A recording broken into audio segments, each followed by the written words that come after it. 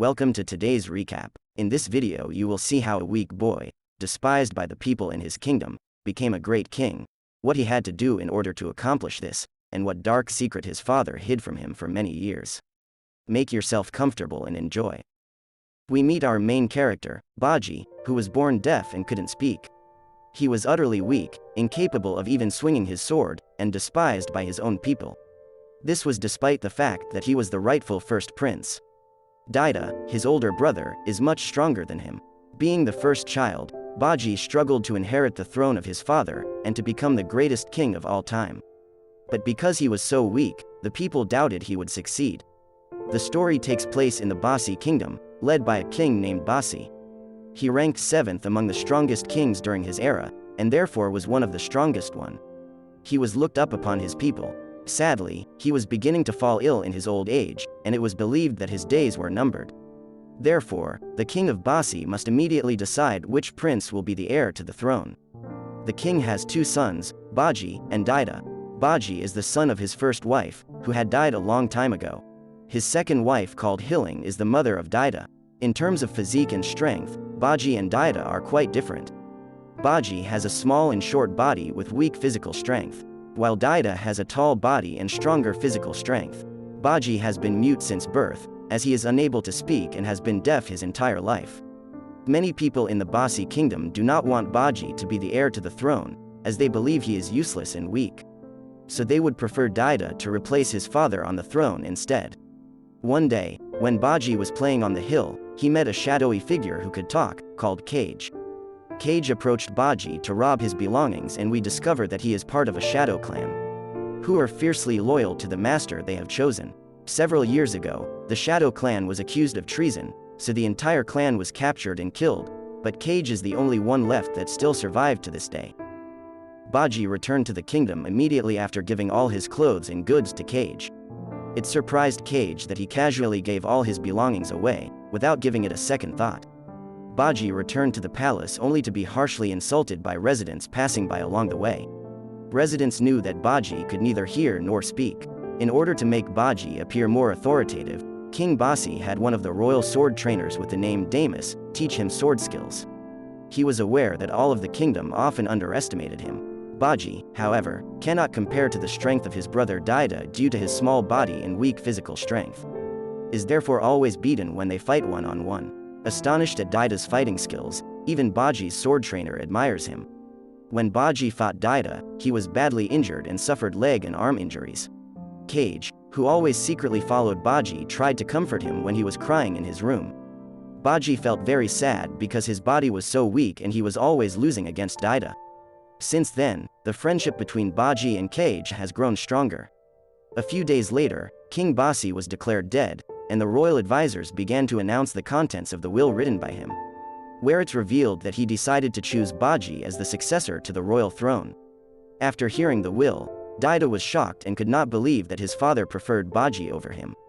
A very disappointed Daida protested against the magic mirror that was given to him by the king as a gift. The magic mirror, which was able to talk, spoke to Daida and told him that he need not to worry, because in the near future the kingdom would still choose him as the next heir to the throne. As predicted by the magic mirror, Daida was chosen as king of the Bosse kingdom. Hilling and all the royal commanders voted to replace Bojji with Daida. Bojji felt devastated and disappointed. A week later, Daida's sword trainer, Bibin, informs Bojji that Kage has wandered into the wild. Bojji goes in search of Kage, after discovering that his best friend has gone missing.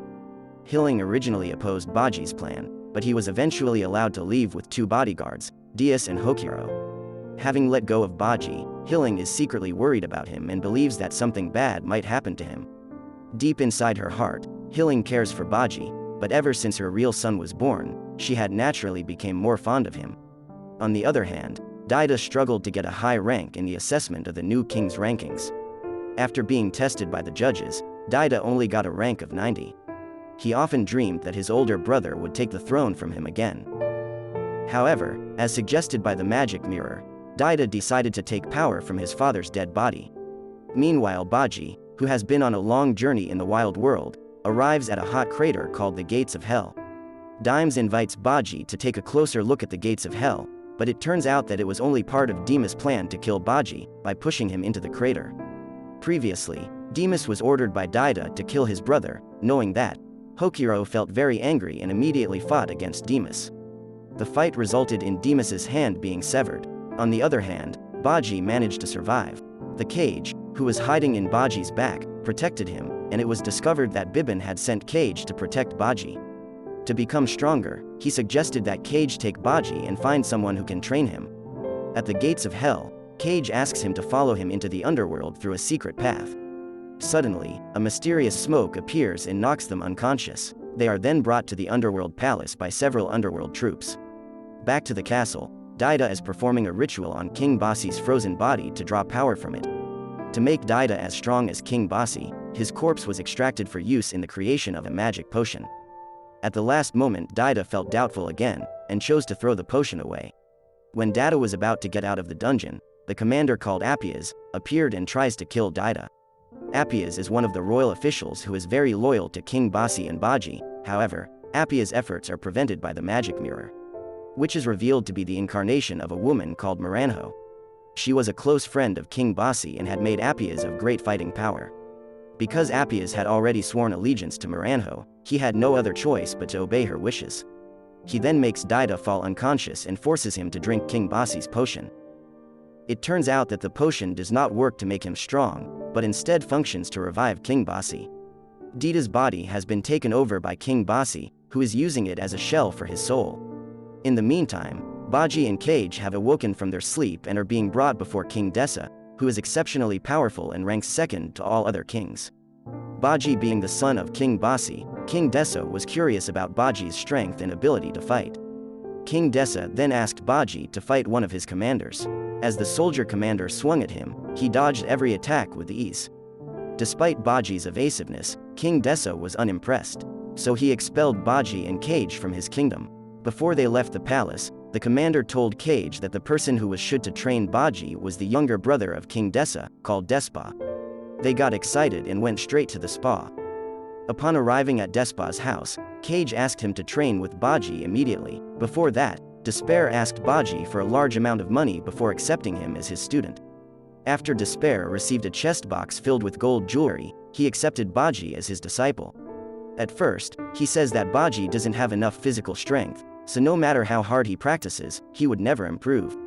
But he will not give up on him and looks for the right method to find his expertise. For weeks, Bojji underwent intensive training with the spa. The training results began to show when Kage saw Bojji was easily able to destroy a large stone. We then get to know why Bojji has such a small and weak body. It is because of an agreement made between King Bosse and a demon. King Bosse and Miranho, who wanted to have extraordinary power, had to sacrifice something to grant their request by the demon. In addition to the age and life of King Bosse, the demon told him to have a child, so that he could receive the power of it. On the other hand, Hilling, who received the news that Demas had killed Bojji, was very sad and angry. She decided to sentence Demas and Hokuro to death. But before the execution was carried out, King Bosse appeared and stopped them. He said that Bojji was currently alive and training somewhere. Then Demas and Hokuro were released from the death penalty and only expelled from the kingdom. After Hilling realized the person she saw in front of her was not Daida, she began to ask about Daida's whereabouts. King Bosse ruthlessly replied that Daida had disappeared, which made Hilling so shocked that she fainted. The next day, when Hilling awaked, she came to King Bosse and asked him to return Daida. Suddenly, Hilling heard the voice of Daida, who was currently trapped in King Bosse's chest. When Hilling was about to rescue him, the head guard stopped her. As he is only loyal to King Bosse, Bojji had finished his training with Despa and is ready to face his enemies. Kage initially doubted Bojji's because his small sword. However, Dispel explained that in addition to Bojji's ability to evade his opponent's attacks, he can defeat them by attacking their weak points. Bojji and Kage thanked him for all the knowledge and training he provided them with. Kage then invites Bojji to return to the palace and resolve the conflict, but Bojji had doubts about going back, as he was still traumatized by the assassination attempt on him, ordered by Demas. Bojji thought that it was Hilling's orders. However, after he reminded about how she loved him as a child, he was finally willing to return to the palace. King Disso realized that his youngest brother, called Alkin, had escaped from the underworld prison. The king deliberately had his brother locked up, because he had made a pact with a demon to become immortal. After King Disso found out that Alkin was going to Bosse's kingdom, he decided to go with his troops to the palace and establish dominion over Bosse's kingdom. After Alkin and some prisoners from the underworld had arrived at Bosse's palace, they then captured King Bosse and locked him up in a dungeon. The prisoners of the underworld now control the royal palace of Bosse. Meanwhile, Bojji and Kage, who'd been received by the underworld warriors from King Disso, went straight to Bosse's royal palace. Bojji doesn't realize that the underworld warrior has a plan to take over the Bosse kingdom. On the way to the palace, Bojji and the underground soldiers were stopped by Alkin.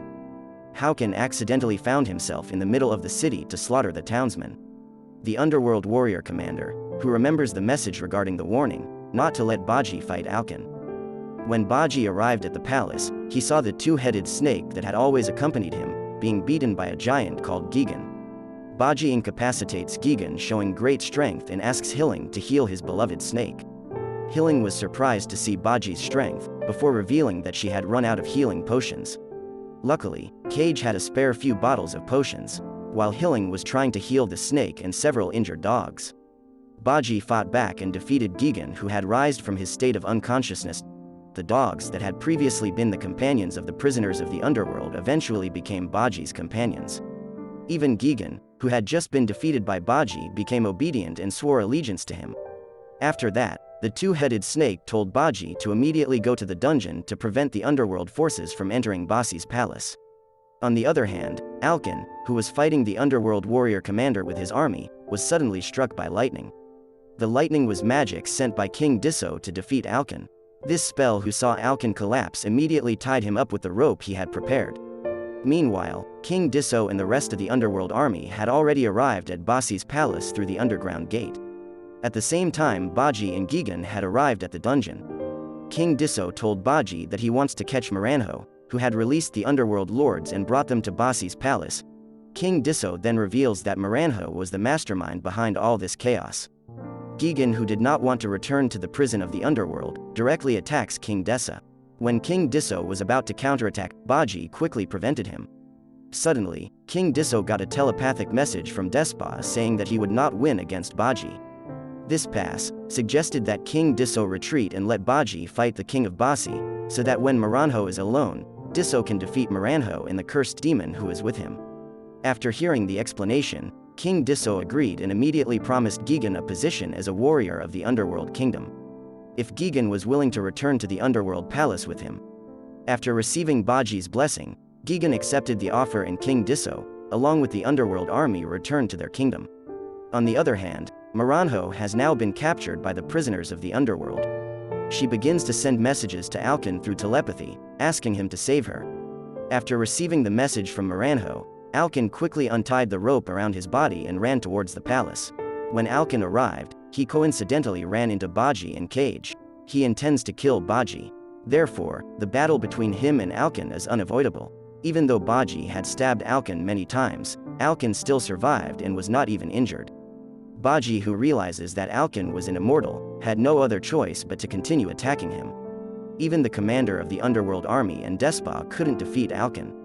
After seeing Bojji almost being killed by Alkin, Kage turned into a giant shadow and swallowed him. Alkin revives by piercing Kage's body with his sword. As a result, Kage died instantly. He then kills Bojji, who is already in a weak condition with multiple stab wounds. We then get to the moment when King Bosse was in prison, talking about his past with Maranho. Daida, still trapped in King Bosse's heart, witnesses the memory. Miranda was once a child who came from a place called Hamira, the land of magicians. The residents of Hamira were the first humans who dared to oppose the power of the gods. Bosse, who was wandering the country and was helped by Maranho's mother, helped the people of Hamira vanquish the cruelty of the gods. At first, all went well, but some of Hamir's residents made an alliance with the gods to fight the citizens of their own land. The treacherous alliance then killed Maranho's mother and tortured Maranho inhumanely. They cut off both of Maranho's hands and skinned her face. Bosse, who knew this, was very angry and immediately killed all the traitors. Bosse then goes with Maranho to leave the country, and he slowly begins to fall in love. They then met a demon and asked it to make Bosse the strongest human in the world. The demon granted Bosse's requests at the expense of his age and the strength of his first child. Maranho, who realized that Bosse's life was coming to an end, made a plan so that she could resurrect Bosse after his death later. Miranho deliberately makes Bosse marry Hilling and have a child, which was Daida. From the very beginning, Miranho had prepared Daida to be the body for the soul of King Bosse.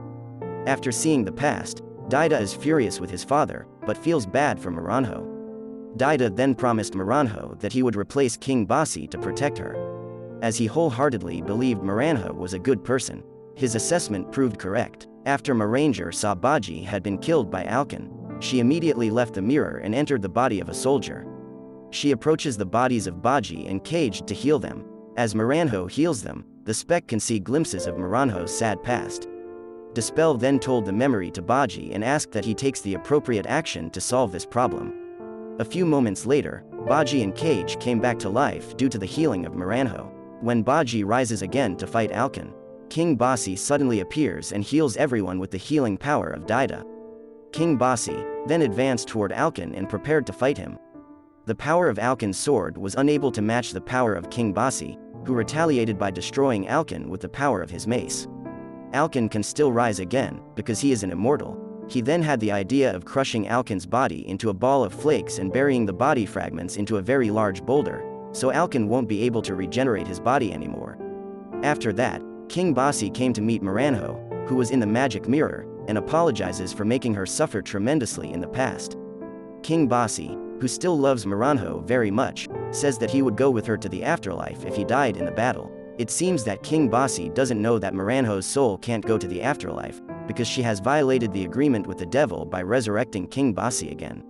After that, King Bosse told everyone in the palace that he would kill anyone who tried to take Daida's body and bring him back to life. Bojji, who still loves Daida, chooses to go forward and face King Bosse. Windamez was about to attack King Bosse. Bojji suddenly stopped him. Bay explains that currently, King Bosse is in Daida's body, so the only person who can fight him without killing Daida is Bojji. The epic battle between Bojji and King Bosse finally begins. At first, Bojji could only dodge King Bosse's attacks while trying to find his weak points. After a while, Bojji finally discovered King Bosse's weakness. He destroys the mace held by King Bosse and attacks his weak point. Within seconds, he was directly knocked to the ground. He then crawled over to Miranho to destroy her, so he could return Daida to his original body. The attempt was prevented by Bojji, as he thought it could harm him. Miranho, who saw the sadness in Bosse's face, chose to yield and ask Bojji to destroy her magic mirror. After Bojji destroys the magic mirror, King Bosse's soul and Miranho's soul fly up. The giant red devil who had made a pact with them, suddenly appears and flies into the sky to eat Miranho's soul. Miranzo apologizes to King Bosse because she can't go to the afterlife with him. A few seconds later, the red demon was struck by a thunderbolt sent by King Disso. The commander of the underworld army immediately decapitated the red demon before it could recover. He then made an offer to the red demon. He would return the red demon's head if the demon was willing to grant one wish. He was about to say his request, but Daida suddenly appeared and said his request first. Daida wants the demon to bring Miranho back to life. The red devil immediately granted Daida's request, and in return, Daida has now fulfilled his promise to protect Miranho. Seeing the presence of Miranho, who was able to leave again, made him happy, so he gave up his request to be taken by Daida, and overjoyed Hilling, hugged them both. In the end, everyone in the palace forgives Miranho's previous actions, and she promises that she will change herself into a better person. After that, Daida knelt before Bojji and handed over the royal throne. From that day on, Bojji received the title of king in the Bosse kingdom, and everyone was happy to welcome their new king. Kage, who felt that his task had been completed, decided to leave Bojji in Bosse's palace. The next day, when the inauguration for the new king took place, Bojji realizes that Kage had disappeared. A confused Bojji tried to find Kage throughout the palace, but his search was unsuccessful. Despite the fact that Bojji is loved by his people and performs his duties fairly, he still feels that something is missing. Hilling now realizes this and tells Bojji that he is free to go. Hilling always considered Kage to be a true friend who made Bojji happy. Upon hearing this, Daida returns the title of king to Bojji, and he searches for Kage. Finally, Bojji and Kage were able to meet again after several days of traveling. It brought him such joy that he cried. Although Kage was initially upset with Bojji for giving up his throne. Nevertheless, Bojji tells Kage he will wander and create an empire of his own one day, and that concludes the anime. If you enjoyed the video, please like, subscribe and hit the bell icon so you can get notified of our next upload. Comment down below what anime I should cover next. I will be answering all the comments. Click on the video on the left for more recaps. I will see you in the next one.